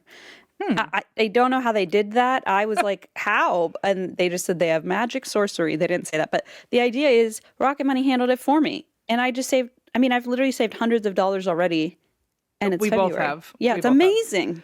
Rocket Money is a personal finance app that helps find and cancel your unwanted subscriptions and monitors your spending and helps lower your bills so you can grow your savings. Like Christine said, they have helped me somehow spend less money on subscriptions that I want and then get rid of subscriptions I don't want altogether. And they even do it for you. Yeah, you could click a button and then they just like handle it. You can also easily create a personalized budget with custom categories so you can see like what you're spending. You know, you can see a pretty little colorful pie chart. That's one of my favorite parts. Love a pie chart. Yeah, and they have a goals feature so you can save money for, you know, whatever you might be thinking of getting, like a blacksmith shop, if you have ADHD and any fixation. Rocket Money has over 5 million users and has saved a total of $500 million in canceled subscriptions, saving members up to $740 a year when using all the app's premium features. Cancel your unwanted subscriptions and reach your financial goals faster with Rocket Money. Go to rocketmoney.com/drink today. That's rocketmoney.com/drink. rocketmoney.com/drink. I am currently recording here in this portion of my home, which is shockingly close to the litter box. And yet, I can drink my water. I can drink my coffee. I never have that litter box smell anymore, thanks to Pretty Litter. Pretty Litter, I gotta say, has also saved me going to Christine's house because she's one of the only houses that has pets, and I've never once smelled And smell the Aw. smell. Pretty litter also gives us peace of mind because it changes color to indicate early signs of potential illnesses in our cat. So Blaze and I are like, anybody have a UTI? No? Oh, good. It also can indicate early signs of kidney issues and other things that cats are naturally, prone to getting. So that's great. And it also ships free to the door. So I always say, I don't have to lug them, but that was actually Blaze's job. But I think he's very thankful he doesn't have to lug them from the store. Never had a cat, but I could tell you the thing I would hate the most was the worst lugging. part. It sounded Besides awful. the smell. Yeah. Besides the smell, it looked awful. Pretty Litter helps keep our house, Christine's house, smelling fresh and clean. Try it and you'll love it. Go to prettylitter.com/ATWWD to save 20% on your first order and get a free cat toy. That's prettylitter.com/ATWWD for 20% off your first order and a free cat toy. Terms and conditions apply. See site for details. All right, I have a new one for you today. This is one I hadn't actually heard of until I discovered a subreddit where people discussed lesser known cases. I wanted to just do a little more, random stories, I guess, just digging through ones that aren't as popular or aren't as famous, Sure. And I guess a lot of people will know if you were at least around in the Idaho area in 2012, but for me, I had not heard of it. And that is the story of Deorr Kunz Jr. Oh, okay. And I want to specify his name is spelled Deorr, and he's named after his dad, whose, by the way, first name is even wilder than his middle name. Vernal Deorr Kunz is his name. He is the only person with that name, for sure. Isn't that remarkable? Unless it's they pass it down from every family member, but I don't think so. But at least they're all related, Yeah, that's true too. Yeah. So unfortunately, today's story is not only unsolved, it's also about a child. Right. And so yeah, it's double whammy, but it's always one I like to share when there's a chance that somebody might be able to contribute something, So we'll get to that at the end. But so let's go to Idaho Falls, Idaho, a pretty small town. This is where Deorr Kunz Jr. was born on December 30th, 2012. His parents were Jessica Mitchell and Vernal, as I told you, Deorr Kunz. And the dad, Vernal, actually went by Dior most of the time. I can't imagine why with a name like Vernal. Either of them is you're still going to be the only one in the bar. Right, they're both creative, definitely, or unique. But so to avoid confusion, we're just going to say Dior is the boy and Vernal is the dad. Sure. So Jessica and Vernal had been high school sweethearts. And after high school, they split and they both got married to other people. Jessica got married, had 2 children, and then got divorced. And years later, they bump into each other. They're both divorced. And guess what? There's sparks. Yay! I know. And they rekindle their romance. Vernal proposes, and pretty soon Jessica becomes pregnant. And at first, she's a little freaked out because she already has 2 kids. She felt like the relationship was moving really fast. But kind of once they both agreed they were happy about it, the shock kind of wore off, and she and Vernal got really excited about it. So Deorr was born at the end of 2012, and it seemed like this almost too perfect story. They're high school sweethearts who, it could be like a Today Show, side Lifetime story, movie, a Lifetime thing. They separated after high school and then found each other again, and then she took his name. I don't know, it just feels very on the surface it all feels very beautiful. Feels very Full House, because that's what happened in the reunion, I think, that DJ and Steve got back together. See, I know about Martin Luther, you know about the in a game revival. Of trivia, we are undefeated. You know what though, that's so true. It feels like a broad array of topics. Now don't get me started on Calvinism, just kidding. I would love to, actually, because there's someone in the Duggars who is... I would love to. What? Okay, we'll get to that. Man, we're going to need a lot of yappy hours today. Okay, so they named Deorr after his father, but they often called him by his nickname, which is Little Man, which I just thought was very cute. They called him Little Man. Jessica began working as a CNA, a certified nursing assistant, and she took a job as an in-home caregiver for her own grandfather, Bob Walton. His name was Robert Bob Walton. Now, Bob was in his 70s and he had pretty significant health issues. He needed to be on oxygen at all times. And he to Dior was the great grandfather. So Okay. to give you an idea, it's Dior's mom's grandpa. Okay. So July 9th, Jessica, Vernal, and Dior set out with great grandpa Bob on a camping trip. And growing up, Jessica loved to go with her grandpa Bob on camping trips. And because he's getting older, he has these health issues. She realizes, we don't have that many years left. We should do this while we can, especially now that we have our little boy with us. At the time, Dior is 2, and she wants to make this kind of a family affair, a family tradition. You know what I mean? Mm-hmm. So it's July 9th. They all go on their camping trip, but Grandpa Bob has brought a friend along. Uh-oh. The friend is named Isaac Reinwand, and Bob sometimes pays this guy to do yard work. That's how they met, but he's decades younger than Bob. And Bob, don't you love to hear this when someone says, I'm bringing an additional guest that we haven't accounted for. By the way, he's a little awkward and weird. Those are Oh quotes. my God. Also, And like to be going with a 2-year-old child and your partner, and you're just trying to like have a family getaway, and then your grandpa's like, I brought a really weird guy along. It's like, come on. And also, like, our relationship is pretty disconnected. Like, would you say that they're just like he's a right. It's not gardener even or something? like, yeah, he basically is a friend, but like, or an acquaintance, but it's basically a guy that Bob sometimes hires to do, bless you, Gio. It's basically a guy that Bob sometimes hires to do yard work for him and like so other odd jobs. It's not even like it's like, hey, he's my brother, he's kind of weird. But Totally. It's not somebody close that like warrants an automatic invite. Like this feels like a very intentional bring them along. I don't know why. And like at the very least in the family group chat, be like, I got trapped and I felt obligated to say something. I'm so sorry. This is going to be so weird for all of us. Don't be like, it'll be weird for you. Yeah. He's, by the way, he's really weird. Anyway, see you tomorrow. It's like, good luck. What? Yeah. So they were like, okay, and can you elaborate? And Bob said, well, listen, he's a really good guy, and I want to bring him along. So they were like, okay. I mean, honestly, they weren't that upset about it because I think they were mostly assuming like Bob would be fishing with his friend and like we'll just have our own little camping trip. And also, if you bring the weird person and he's right in advance, it's your job to keep him occupied. Exactly. Yeah. And they had separate vehicles, so it's not like they needed to be in like close quarters with the guy, And so Vernal later said that when people, so this is the dad, Dior's dad, Vernal later said when people learn that a friend is weird, he generally assumes, or when people warn him that a friend is weird, he generally assumes like maybe they're annoying or like whatever. But he said like he and Jessica weren't really worried. They just thought like, okay, some weird friend of Grandpa's is coming. And even Isaac apparently thought it was a little weird that he had been invited on a family campout.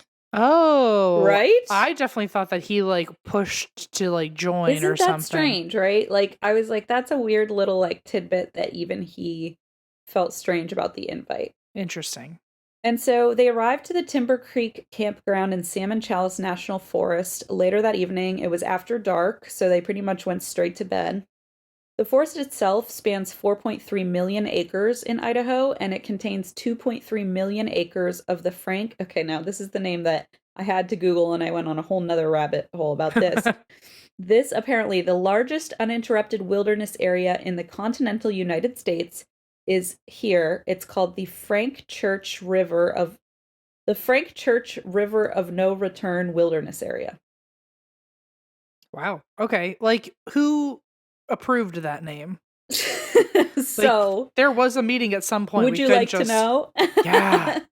Okay, so Frank Church was a senator, and he did a lot for wilderness and wildlife in the Idaho area, and so that is why they named it after him when he passed. But the River of No Return, I'm not entirely sure what that's all about. Yeah. I can't really explain that, but it's named after this guy, Frank Church, so I don't know. He did a lot for the trees. He spoke for the trees. Yeah, they should have just called it Lorax Land or something. Yeah, I feel like I think it's called like River of No Return because it's just so expansive, maybe Sure. that it contains because it contains the largest uninterrupted wilderness. It's kind of like Yeah, that makes just sense. out there, without interference. I do think if you're going to name something a long name, you need to really be intentional about the acronym that it spells. People are gonna. Oh, good point. Like, at least let it be called like Something. River of No Return. See, it doesn't even give you which R&R. Like, it's got to be called. It's not going to be called that. Nobody's going to call it the whole thing. The Frank Church River of No Return Wilderness Area. It's really a mouthful, isn't it? Wow. And then I was like, is his name Church River? No. Is it a river itself? Like, what is happening? Is it a church? Like, it's just, there's a lot of words in there that kind of make it confusing. But anyway, Frank Church is the guy. And Gotcha. It's called the River of No Return Wilderness Area. Mm-hmm. I wonder if River of No Return could have been maybe an original name. You know what I mean? But I'm not sure. In which case, I just want to be like, Frank, why are we renaming things? Well, he's dead. They named it after him. Oh, okay. So I said he was a senator who like helped instate all these wilderness areas. So they named it after him when he died. I promise you I could be on a real rabbit hole with this. Try to keep it together, but I would love to rename it with you. I won't. I'm just going to sit here and look pretty. Yeah. Okay, here we go. The name of not here we go to the story. Here we go to continue my quest to figure out. I figured it out. You're on the rabbit hole. Okay, great. The name of this wilderness this is from USDA.gov. The name of this wilderness has two roots. The main salmon river was called the River of No Return back in the early days when boats could navigate down the river but could not get back up through the fast water. Oh, and it's a salmon. They swim upstream. Remember? Okay, I get it. River of No Return. Okay, so it's less ominous than it sounds. It's just you can't turn your boat around and go the other way. Yeah. And numerous rapids. The romantic name, really, I find it actually really threatening. Okay, sure. The romantic name lives on today. So it's basically, that was the name, but now they attached Frank Church's name to this because he was such an instrumental part of the wildlife of Idaho, I guess. Okay, great. Yeah, love it. Fun. Good for him. Good for him. Good for them. Okay, here we go. This is where we are. They go to, of all places, the Frank Church River of No Return Wilderness Area. Of course. And they're specifically in the Timber Creek campground, which is part of the Salmon Chalice National Forest. And while they are there, they arrive, it's dark, they go straight to bed. And the closest town has a population of about 105, so it's like really remote. And that was in 2012.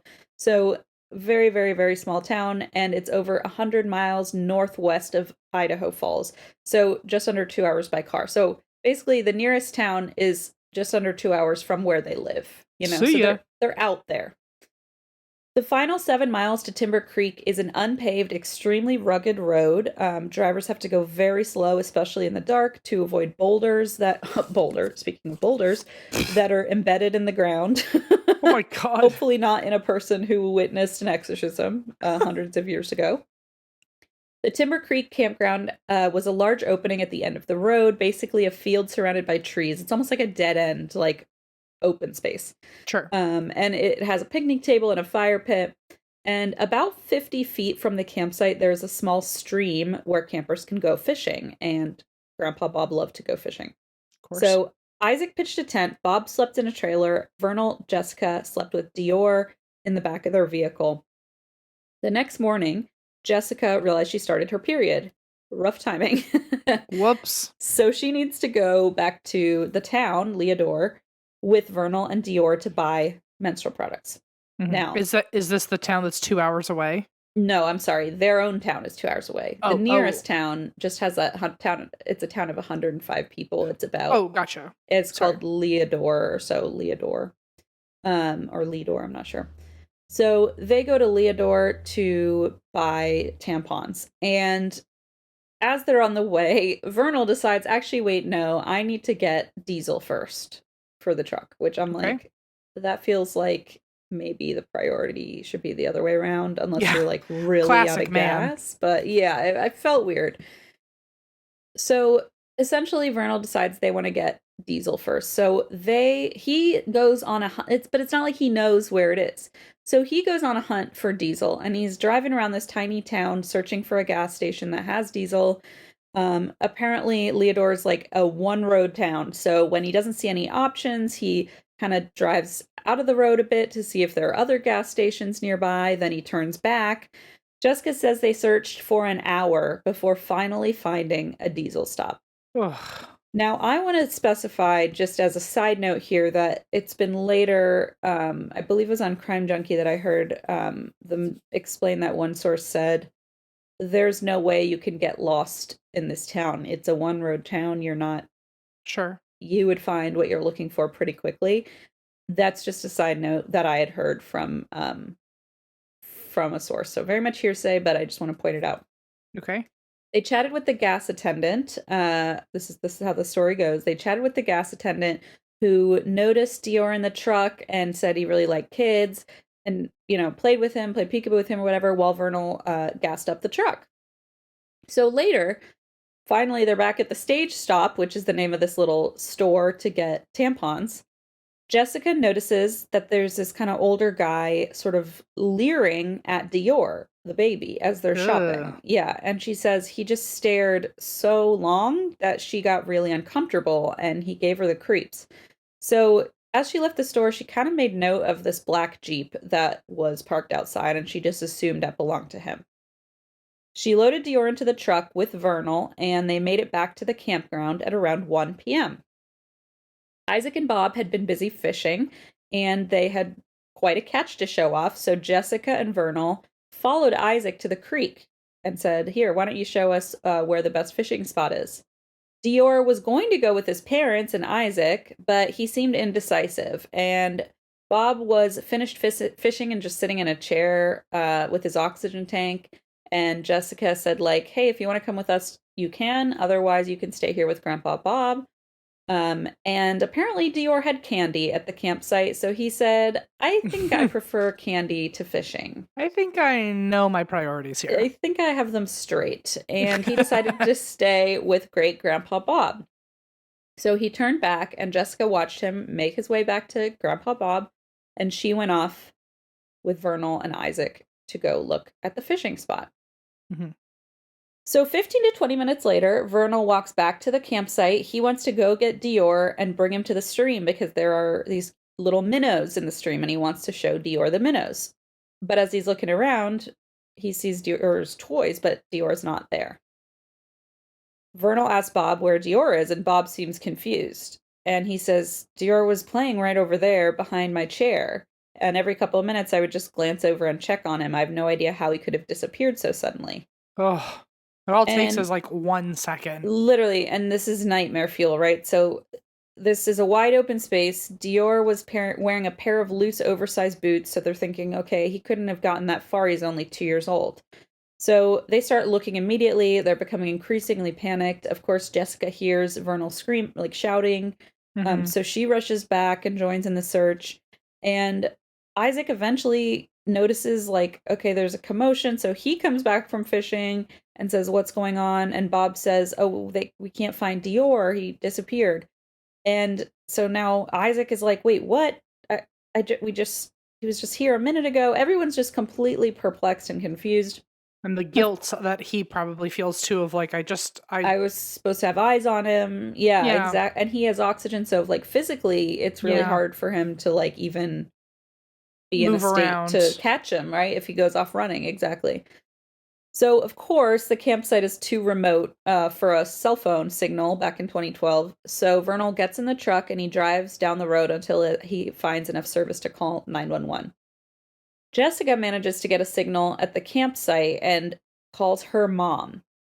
And her mom's name is Trina, and this is Bob's daughter. So basically it goes Jessica, Trina, Bob. Right. As the line. So Trina says, hang up, call 911, and Jessica does, just before 2:30 p.m., and she tells the operator that her 2-year-old son has been missing for about an hour. So search and rescue teams arrive on site, and at first their hopes are pretty high because if a kid goes missing from a campsite, they're usually recovered pretty quickly. But as they're looking around, they don't find any sign of this kid. So they pull off this drastic search effort. It goes on for 2 days with nearly 200 people scouring the area on foot, ATV, Ugh. horseback, helicopter. Oh my God. They're looking everywhere. And Jessica wondered, maybe he had toddled over to the water and drowned. That's definitely a very viable possibility. But a thorough search by divers confirmed that Dior didn't seem to be in the water anywhere. And so they felt relief about that, but then, obviously they still don't have an answer. So they start thinking, could a wild animal have taken him? And it seems possible. There are bears and some wolves, but it just didn't quite add up. Like there would have been sounds, there would have been blood, there would have been a boot or piece of clothing, anything like that. Mm-hmm. And besides, wolves are not known to attack people in this area. So searchers are looking just in case. They search for animal tracks, any disturbed soil, any sign of, like, of course, a struggle or blood, anything like that. They even checked the bear dens that they knew of, and they found Oh my God. nothing. Wow, he just vanished. Yes. So with other possibilities ruled out, investigators began considering that maybe Dior had been abducted, and then the FBI got involved. So now this is becoming really big and really scary. Mm-hmm. In Idaho Falls, Jessica and Vernal did an interview for the news, appealing to anyone with any information to help them find their son. Vernal looks at the camera, he's crying, and he says, "Buddy, we'll find you. Daddy will find you." And they Oh, keep calling him little man, which makes it just so much more, like, when they talk to him, they say, like, "We'll find you, little man." And it's like, it's just really hard to watch. So the community rallied behind the parents. There are these vigils, they're putting them on billboards, and leads quickly start rolling in. One was from a Walmart employee who reported a man shopping with a little boy who looked just like Dior. And of course they check, and this is a false lead. There is no connection. It did look like him, but it's not the same kid. hmm. Then a woman hiking with two toddler boys reports being stalked by a man driving a black Jeep. Oh shit. Okay. And so, of course, that, like, pings them a little bit, and they start looking into that. And they suspect maybe this is the same man Jessica encountered at the stage stop that she, Who was felt eyeing weird him. about, who was eyeing the kid. But turns out the shop owner knows the guy very well who owned the Jeep. Police confirmed he was not involved. There was Oh, no wow. way he could have been involved. I so quickly was like, that's the I guy. know, because it's like you find these, but then you think also it's a really small town. So it's like Mhm. maybe there's just this creepy dude wandering around. He's Mhm. probably, I don't doubt that he's a creep if he's making all these parents uncomfortable, right? But maybe that's it, That's it, yeah. and it just didn't have anything to do with the actual crime or disappearance. So only one road leads to the Timber Creek campground. And I know I said it earlier, but it's very rugged. And investigators believe that a car couldn't really have passed through there without being heard by somebody. It's just very off-road. You have to have the right vehicle, that kind of thing. So then they think, hang on, maybe someone at the campsite was involved, right? Like, go straight to the source. And now they're thinking, well, Isaac seems to be the odd one out of the family. He's sort of like fifth wheel in it, I Literally guess. called weird. Literally called weird by the grandpa. So they did a background check on him, and he had a criminal history.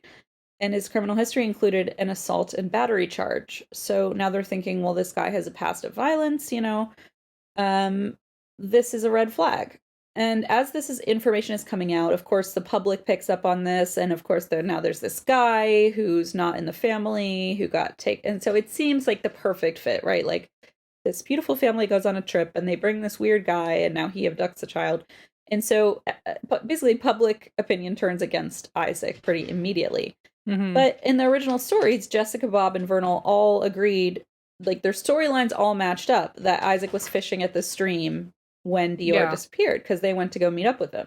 And therefore, it didn't make sense that he could have been involved. Sure. For what it's worth, Isaac never changed his story. And 3 other adults who said he was down at the river fishing, he said he was at the river fishing. It was hard to believe that they would have all lied on his behalf for some strange reason. And so they pretty much couldn't pin him to anything. But here's what's weird. Although Isaac's story never wavered, the same could not be said for Jessica and Vernal, the parents of Dior. Okay. Their stories were all over the place and were completely inconsistent over and over again, to the point that investigators' eyebrows had been raised pretty immediately. One major discrepancy in the story was revealed when the gas station attendant refuted the story that Dior's dad, Vernal, had told the police. And I don't know if you remember, but the story was that he was pumping the car with diesel, and the attendant was like really loved kids and was like playing peekaboo like with waving, him. yeah. Exactly. So what investigators did, this is just the shit I love. They go back to the gas station and they find the attendant. And they find the attendant who had been working on that car, and they talk to him and they say, "Do you remember this guy?" And he says, "Yep." He says, "Do you remember playing with Dior?" And he goes, "Excuse me?" And he's like, "Do you remember playing with the kid?" And he goes, "No." And he says, "Do you remember seeing a car seat?" And he says, "Yeah, I mean, I saw a car seat." But there was no kid. But no kid. So they dumped their own kid somewhere. Well, we don't know. We don't know. This is the first discrepancy, okay? Mm-hmm. That the kid seemingly wasn't there, or at least the stories don't line up. Mm-hmm. He claimed he never even interacted with or saw the child. Jessica and Vernal also told opposing stories about when they were buying tampons at the general store, because Jessica said she took Dior into the general store where that strange man was staring at her, but meanwhile Vernal said, he stayed outside with me while Jessica shopped. And these are like simultaneous interviews happening, you know, so they're giving not different time, it's not at different times, simultaneously giving completely different accounts of what happened. Gotcha. So huge red flag. I mean, you know, they give them a little bit of benefit of the doubt of like, well, maybe they're in shock, you know, or whatever, but they're just raising a lot of eyebrows. In fact, there were more fanciful tales that Vernal kind of wove that were proven to be untrue. For example, he said that Dior loved trucks, and he was so excited when they got to the store and there was a Budweiser delivery truck parked out front. Vernal said the Budweiser delivery driver was so excited to see Dior and how excited he was about trucks, and he even let Dior sit in the truck. And when investigators, knock knock, tracked down the delivery driver who was there that day, he said, "That never happened. I never interacted with a man and his son. In fact, it would have been completely against policy. I would never put a child in my truck." And what's more is I don't park in front of the store. I park behind it. There's no way I would have run into customers in the front of the store. Right. But the conflicting accounts don't stop there, because Jessica actually originally told police that Isaac, the weird guy on the trip, had banged on the windows of the car that morning and woken them up by shouting, "Wakey, wakey, eggs and bakey." Oof. And on my own damn trip, and you're the guest, and you're gonna wake me up on my trip? Oh my God. Exactly. And she said it was about 8:30 in the morning. So she says, like, we all kind of stumble out and he's cooking breakfast, and she was all pissed off, right? But later, investigators asked Jessica, "So, you know, we're recovering that day. Who made breakfast that day?" She said, "I did." And then they go cut to Vernal. "Who made breakfast that day?" Without hesitation, he says, "I did." So it's like, wait a minute. Could all of them have been doing Isaac it? Or Isaac make breakfast? Like you said, he made breakfast and then banged on your car window. Wakey, wakey, eggs and bakey. Yeah. Did you? And I watched the interview where she said she made breakfast. She said, "We had eggs, we had bacon and some toast." And they said, "Who made it?" And she said, "Oh, I did." And it's like, well, that's weird, because you said he made you all breakfast and then woke you up. But all that aside, it becomes more damning, because according to some other sources, Isaac slept until nearly noon and said the whole family was already up when he got out of his tent. Oh, okay. So it's like something's going on, yeah. Telling the truth.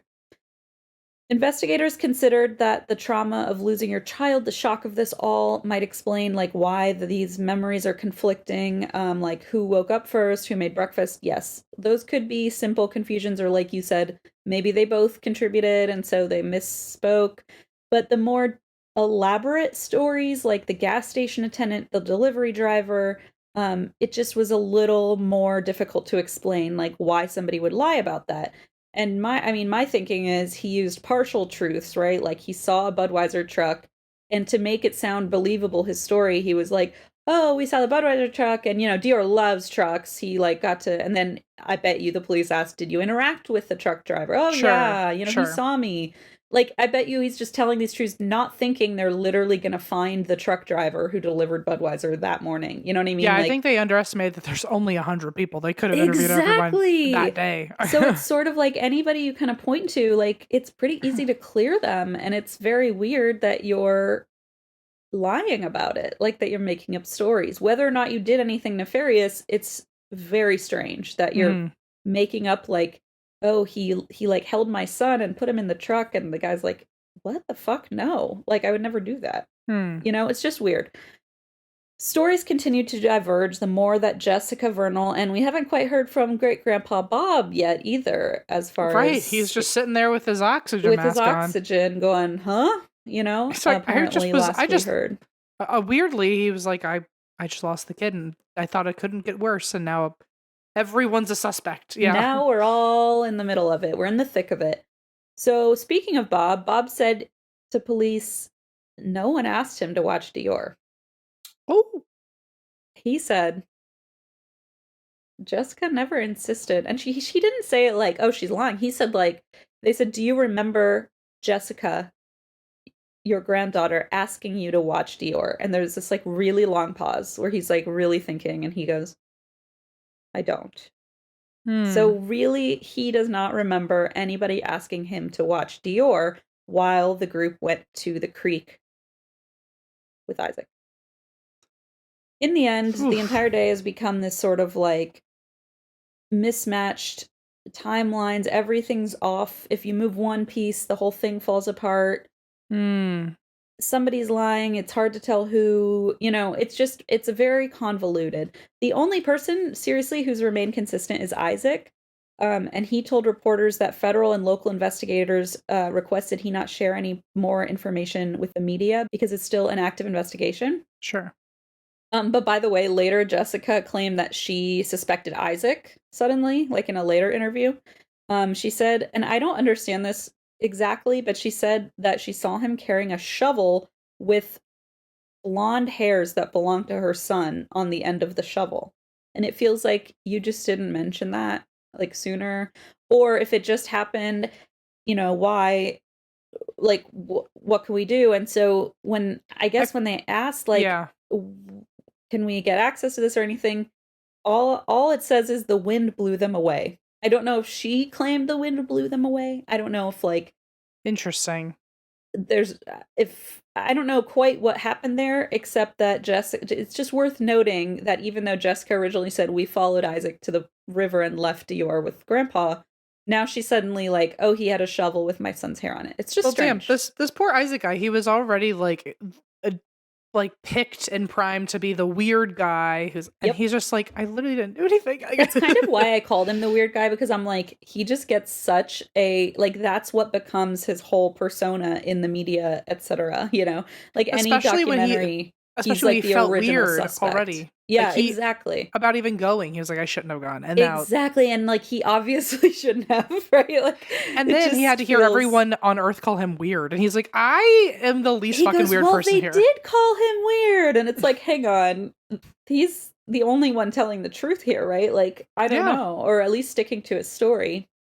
Now, this is where things get like really sketchy, and like we start to unravel some stuff Uh-oh. because Frank Vilt was a retired U.S. Marshal, and he had extensive missing persons experience. Now, he heard about this little boy, because of course this was pretty sensational, and he offered to work for the family as a private investigator and help them get to the bottom of it.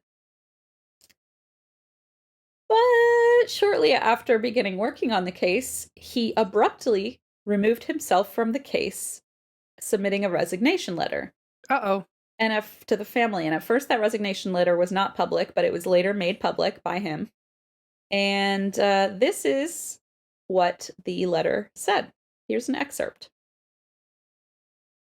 In my professional opinion, both of you lied and misrepresented true facts that could solve the mystery of your missing son. I believe that the searches will all be non-productive. The searches are only used by you to cover a possible crime that one or both of you may have committed. Ooh. And this is from a retired U.S. Marshal who offered to do pro bono work for them. Yeah, that's what did he discover? Talk about damning, right? Which I don't know if you have to rescind yourself. I don't know all the rules, but like isn't it like, well, once you find something that makes Well, he's not a lawyer. He was just an investigator. He wanted to do private investigating for them. So Gotcha. he offered to like help them get to the bottom of the case. Interesting. And was like, no. Apparently, I don't know the details, but I do know that part of the letter also said, you wouldn't let me make this case. Like, he was willing to put money out there for answers. Yeah. And they refused to let that go national, is what he says. They refused to post a public reward and spread word. He said that's not good. Yeah, he said in the letter basically that this is his accusation, but he basically said, I offered to put my own money up. I offered to spread this nationwide, internationally, and you resisted and, said no. And I can't imagine why you would have done that unless you are covering for a crime. Interesting. Okay. So that was the letter that came out. And of course, that was like its own whole, plot twist, right? Like, that's really alarming. And then a second private investigator working with the family was fired because he also spoke out about being suspicious of the parents. And he was actually sued. Vernal sued him for slander, and the case was dropped. But basically, like, it's just kind of red flags everywhere. Yeah. Is there anyone who does believe them? Yeah. I mean, yeah, especially because it's unsolved. There's really no evidence pointing at the parents, right? Or anyone specifically. I can tell you my theory at the end, but I'm curious to hear what you think. But in 2016, the Lemhi County Sheriff officially named Jessica and Vernal suspects in the disappearance of their son, because they felt they had enough on them. Dang. Then, of course, the public quickly turned on them. Their entire websites, like, theorizing what they did to their son. But I want to be clear again, like, there is no physical evidence to substantiate any of this. There's weird timelines, there's hypotheticals, and there are theories, but there's really no physical evidence that we have to back any of this up. Except for maybe blonde hairs on a shovel. I know, right? Except that blew away in the wind, right? So Jessica and Vernal ultimately broke up. And whether that was due to the stress of the case or any other reason, we don't know. But they did start to get a little dicey with each other, as in start to kind of shift some blame on the other partner. I mean, I imagine after a divorce, and this is still active in your sphere, like, I imagine you'd probably start to sour on the other person. But which is weird, because I feel like if they were both innocent, they would both at least still stand united on that. Like, you don't want to... Isn't that interesting, Em? Is that interesting? I guess, yeah. Although, I also feel like, what if you felt guilty and, like, you didn't want to be... You were like, if I point the finger first, like, then... Maybe they both didn't believe each other, because I would think they would have come up with an alibi together if they were... Maybe they both suspected each other instead of something happening with both of them? Maybe. Yeah, maybe like deep down they both suspected each other. Well, here's what I'll like quote them directly. So, Jessica said in an interview, quote, Vernal's the type of person that will tell you what you want to hear. I don't 100% know if he's capable or incapable of hurting my child or not. And if they can prove that Vernal had something to do with it, I'll believe it. That's pretty fucking bold to say about the father of your child. Seriously. Like, if my parents went through some very bitter divorces, I don't think that they would well, I guess unless they really believed it, I don't think they would say. Yeah, I think they weren't even a united front on it from the beginning. I think it seems like it, because they told conflicting stories immediately. Yeah, I feel like if something happened and both of them witnessed it, they would be like, what's our story? Versus them already getting caught in the crosshairs of that. Yeah. And then it's odd. And then for someone to immediately go, oh yeah, I would believe it. It's like, well, if you were there with him the whole time, then you would have believed that he didn't do that. And she's saying it vaguely enough by saying, like, I don't know if he could or could not hurt my child, but I would believe it. Then it's like, well, then you're saying he probably could. You know what I mean? Anyway, it just feels like a little bit of a talk around. One investigator on the case believes Dior may have died in an accident. And that's kind of, to me, the most likely theory, is that this is all speculation. Nobody has been charged or, put on trial for this. I just want to say from my own dumb little brain that I was thinking about it. And my feeling on it is like maybe he was following Jessica and his mom and dad, and maybe he tried to turn back and they were like, oh yeah, go back to grandpa or something, and maybe something happened. Oh yeah, maybe. And because they were so perhaps racked with guilt, terrified, who knows, panicked, like who knows what happened, but I feel like it's very possible that an accident occurred.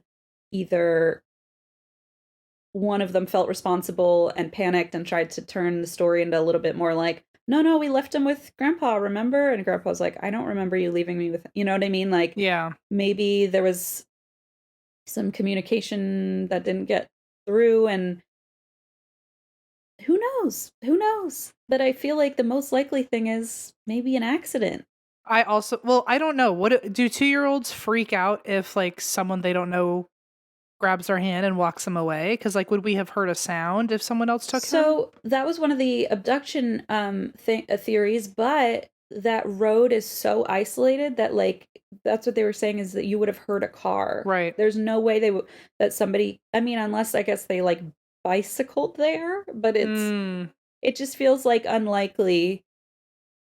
And I also feel like, I mean, she did describe him as a very independent 2-year-old, so I'm like, maybe he just, and not clingy, and so I'm like, maybe I mean, this could be he literally could have wandered off. Maybe he was being watched by grandpa, and grandpa can't bring himself to say like, yeah, I remember. Maybe he really didn't hear her say watch him. Who knows? It could be the John Benet Ramsey situation. Just a fucking owl came in and just swooped him up. Yeah, I mean, it could be. That was not the John. That was the staircase. But well, whatever. I know like a random fucking owl theory exists. I thought it was John Benet. Certainly not John Benet Ramsey. Although maybe we should add it to the canon. You know what? At this point, it's as plausible. But I thought the theory you meant was about the brother, and I'm like. Oh, I was like, no. Oh, maybe a sibling. And I was like, wait, no, they weren't with siblings. No, I mean, I think honestly, if you went fishing, I feel like the only thing that could have happened is if someone was quick enough with it, they could have thrown him in the water and he drowned. Like, I mean, I don't see any motive for killing a baby, though. Like, yeah, there's no motive, right? So it's like, I feel like it must have been an accident. Yeah, and I think they didn't want to admit it, whether it was negligence, whether it was a freak accident and they just didn't want to admit they were involved, or whether they felt responsible, right? Because like maybe she told him to go back by himself. He's a big boy. Who knows? Like, I'm making up hypotheticals, but yeah. I just feel like there are so many ways that you could accidentally feel responsible and then like spend your whole life covering it up because you don't want to face it. Mm-hmm. I'm not saying that's what happened again. It sounds like it was just a freak accident. But either way, even if they have no clue what happened, his remains have never been found, and it's like, we don't know. So whatever happened, it's like very, very tragic for the family either way, right? Like, it's definitely bad, but it's just horrible. It's just horrible. And it also sucks because like if it was just like either negligence or like people like just an accident, all of a sudden the whole family is turned against each other for like something they didn't have to ever question each other on. It sounds so heartbreaking. It feels like something out of a novel, like some really like dark family history stuff that's like skeletons in the closet, that kind of shit. If that is, what actually happened. But we don't know. I will say that the investigator who believes that Dior may have died in an accident and the adults felt the need to cover it up, he believes that Dior's remains are still near the spot where he disappeared. And in the People Investigates coverage they did, he said, we are still actively working on this right now as Damn. I speak to you, like to the Wow. audience. So And how old would apparently- he be now? Well, so he was born in 2012. So he'd be So 23, 13? 13. December 2012. 2012. Yeah, 13. So 12, yeah, I guess. Oh, yeah. yeah. Oh, it's just so tragic, and he was such a cute little cutie pie. So here are the last couple things here. Vernal and Jessica maintain their individual innocence in Dior's disappearance, even if they sometimes like raise eyebrows at each other. But that aside, Jessica has said in interviews that she feels deep down that Dior is alive and well somewhere in the world. So she suspects someone kidnapped him and raised him as their own child, which just feels like maybe that mom with the 2 kids had 3 kids by the end of it. Oh, I don't know. I don't know. There was no other people in the woods. I know it just feels like such a stretch. Like, when they say like Occam's razor, like, yeah. I mean, of course, that's what you would want to believe. I'm not faulting her for like. We're pro hope. yes, and hopefully that is what happened and that he's alive and well and happy. But, it just feels like I doubt that that's really actually what happened. Some of Dior's extended family believe he was abducted as well, but they typically believe he was abducted, murdered, and buried in the forest. The only hope is that somebody will either find his remains and we'll get some more answers, or that someone will come forward with information that gives the family closure. But for now, the case remains open. There have been a lot of rumors also surrounding it. There was one rumor that one of the investigators, or maybe one of the I forget who exactly it was, claimed that they saw the jacket and boots in the family's home that he was wearing that day. Interesting. Okay. And I don't know that, I don't think that's been like officially verified, but there's a lot of talk around this case. And so Sure. I think as far as unsolved cases go, this might be one we actually do eventually get answers on. I hope. I hope. Yeah. So. That's For yeah, and whoever there's needs no that real answer. closure. You would think with only like 5 people involved, like it would be a easier conclusion, but wild. Yeah, it is. You just gotta but then you wonder how many people even know what happened. Like maybe only one person knows, and Yeah, that's wild. yeah, who knows? It's just really sad. So that is my story. Anything to add before we head to our yappy hour so I can have a little glass of vino? No, come to our shows and read our books and listen to our yappy hours and solve crime if you can figure it out, because That'd be great. it would really help us out. It would also give us material to update people with. So Do your part. Online investigators unite. Mm-hmm. No, I got nothing. What do you got? Just nothing. Let's just go to Yappy Hour. We'll have a glass of wine, hang out there. If anyone wants to join, you can come. It's patreon.com/ATWWD podcast, I believe. And yeah, otherwise, like Em said, we're on tour. Go to andthat'swhydrink.com/live, and hopefully we'll see you out and about. And we don't even have a Canada Day, do we? That was rude. That felt like a spoiler that wasn't felt like real. a kick in the crotch. Sorry, to Canada. everybody, and you. My bad. Yeah, and that's why we drink.